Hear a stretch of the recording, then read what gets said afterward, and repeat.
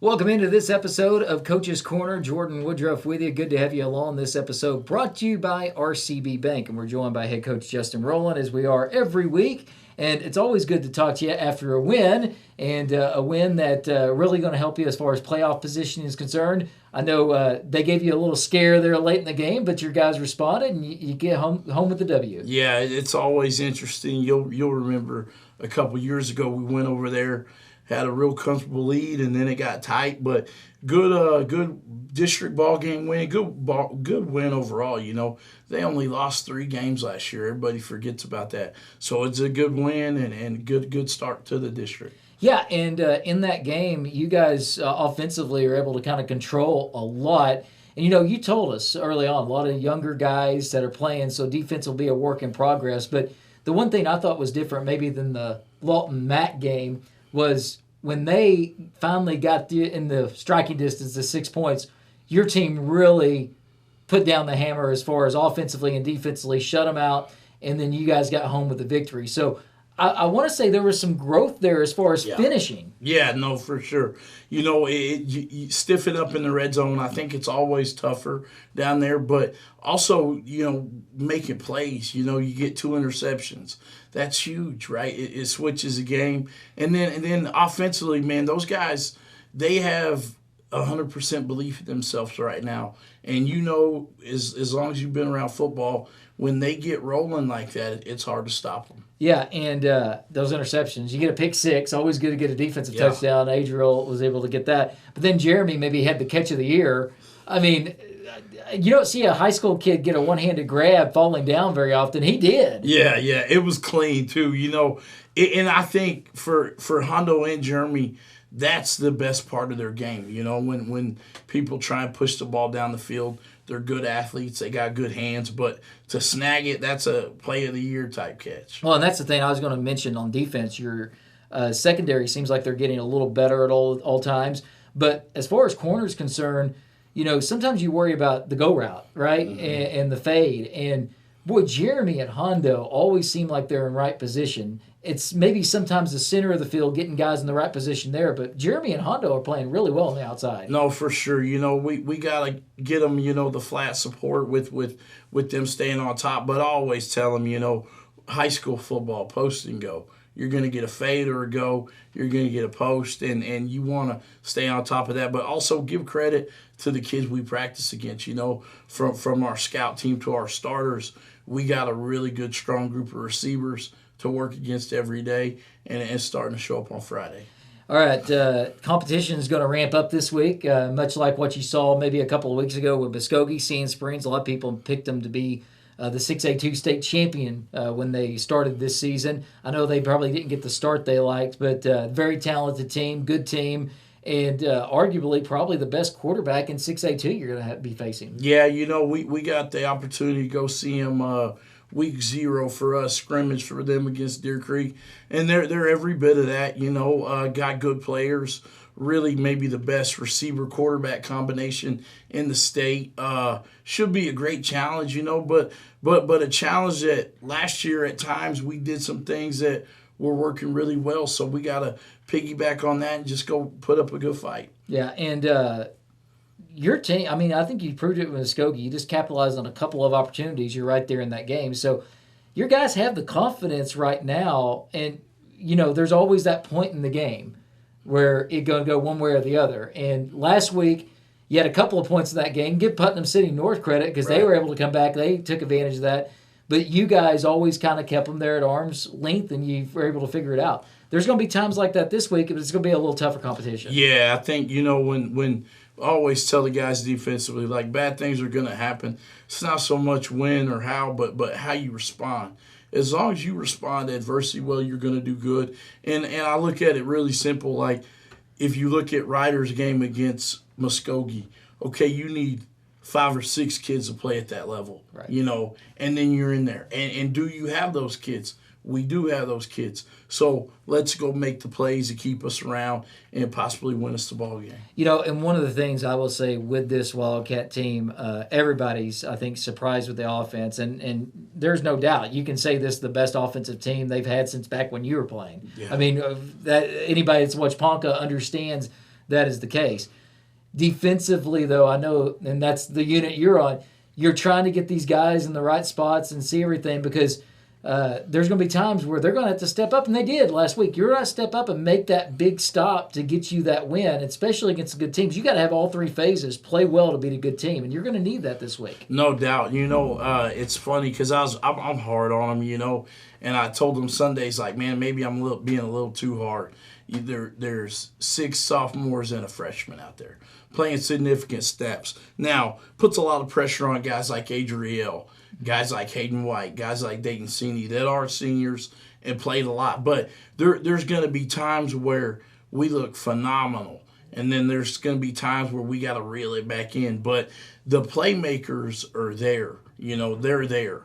They just got to go make sure we make plays Saturday or Friday. Yeah, and this attack from Sand Springs, you're going to see pretty balanced run and pass. So it's you can't key in on one thing, which Right. Sometimes you can key in on one thing, they start doing something else, and it sometimes can be hard on a coach and staff. Not the case with this. So, yeah, it's tough because they're going to do both. But at the same time, you guys know what you're going to get going into it. Yeah, you know what you're going to get, and you kind of get into that when you take a step up in competition. These teams have a ton of confidence. So they're it kind of like us right now offensively.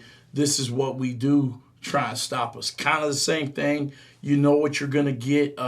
It's getting in position and making plays. We'll tinker with the look some, give them something different to look at, but mano a mano, you got to go play ball. Yeah, offensively, like I said, it seems like the only time people have stopped you is even when you stopped yourself. Yeah. I mean, Muskogee did have a good front seven, got a few stops in there, but offensively, I mean, you have to think that on the defensive side, it changes how you do things as well, because offensively, it hasn't been the case. You feel like at any point that team can drive 80 yards down the field and get you a score. Yeah, it's funny, I told Graham Friday, leading up to halftime, most people, you're going to sit on that. You're up 21 points, or I think it was, and I radio it up to Graham like, hey, we're going to onside this, so get your 2-minute drill ready. That's how we're going to approach it. We're always going to approach it in a aggressive manner, and I'm big on, if we work on it, let's try it Friday night. We got a ton of stuff that we're just waiting on the opportunity to go get it. But it also, I think defensively, those kids don't panic, when they give up a score, because they know we can score, Now, with that said, you're going to have to make stops, but it's a security blanket. You see, Adriel gambling on that interception a little bit. Some of that comes back to the fear of not worrying about, man, if we give up this touchdown, game's over, because it's not. Well, and that's the next thing. As a coach, signaling to them, and by doing that kind of stuff, it lets them stay on that edge in a way. And knowing that you may give up the big one every now and then, but knowing that you're probably going to get something back by doing that. And I think it keeps those kids engaged, because especially high school kids, when you're sitting back and it's like, hey, we're not going to do this, we're just going to set them this lead, Yeah. It can get complacent really fast. And when it does, all of a sudden, high school football, it happened in college and pro too, but it can rain fast when it rains, and all of a sudden you look up, you're up 20 points, you're down 7. Yeah, no doubt. You kind of seen that Friday night, the bad snap and punt blender, but it happens. And like I said, as long as we respond, I'm looking more for the response than anything else. Because if we respond the right way, we'll be fine. All right. Speaking of responding, homecoming's always a little, as a coach, we talk about this. It's a distraction, right? But Yeah.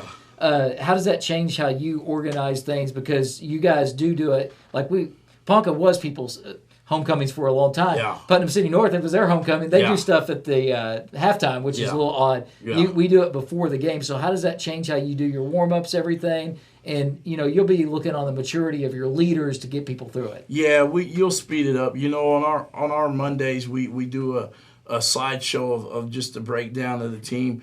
And on our who and what can wreck the game slide, it was a picture of our homecoming court. And just tell those guys to handle your business. Be appreciative, be proud that you're in it, and then understand that there's a football game to be played, and that's our biggest priority. So we'll speed stuff up a little bit for pregame, but nothing much will change. All right. Give yourself a chance to win. Most people in the state would call this, if you beat Sand Springs, an upset. I think people are less apt to just look over Ponca City now because I think people are saying, hey, they're playing competitive football at a high level, have been for a few years if you look at it, and really this year looks like taking a step. But, when you play a team like this, you're going to have to maybe get some breaks. You got to capitalize on the breaks you get. But what are you going to have to do to be in this game and have a chance to win coming up Friday night? Well, so I look, I think back to our first drive there last year, where we really walked the ball down the field and punched it in. Mari went down, kind of had a change. So that offense and what we do is closer to that style of football. So I feel like we can have some success offensively, not just because of our scheme, but the players that are getting the ball right now. Cortez, Colt Shickram, Lance Arbona, Inelda Rogers won Player of the Week for us this week. They're going to be hard to stop, And then defensively, pressure. And when we get to him, we got to get him on the ground. I don't know how many times last year every first down we gave up, we got him to third and long. Get him to third and long.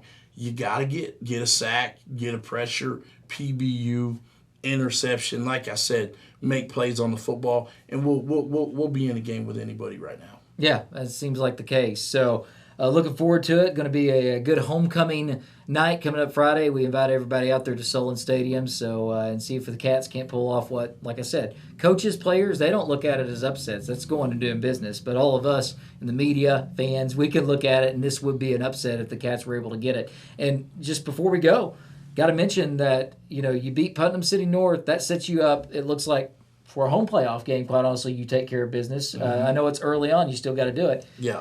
All of a sudden, you beat Sand Springs. You're talking about something Ponca City hasn't maybe accomplished in a very, very long time, because you beat Sand Springs. You start thinking about maybe finishing as high as second or even first in the district. Yeah, for sure.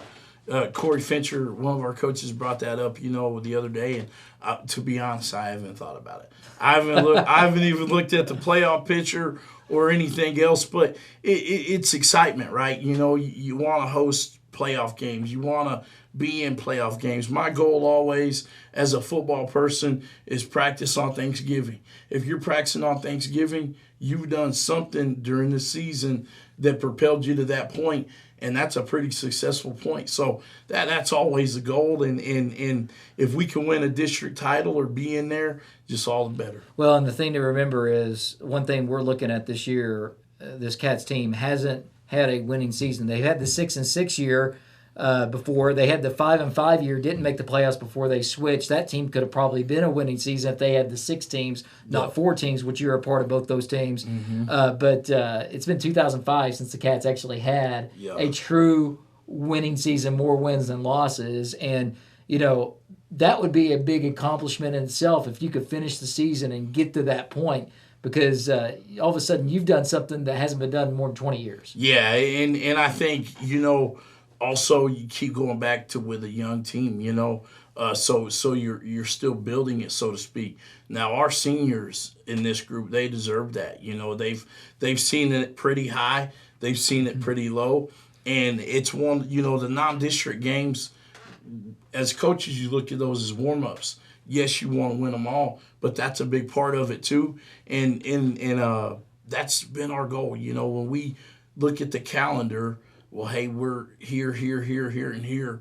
And coming up this Friday, one of the toss-ups on the calendar, but you got a really good shot to finish with a positive record. Here's the thing that's exciting. You feel like every game now you're in it and you have a chance to win it. And you would like to have felt that way even when you're the defensive coordinator. Yeah. But there were some times, if we really put some truth serum and you went into the game, you didn't feel that way. No, yeah, for sure. And we've been lucky enough to have really good defensive ball players since I've been here. And like I said, it's a different feeling.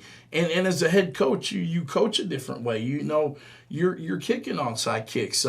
You may take the ball at the kickoff or at the flip to start the game.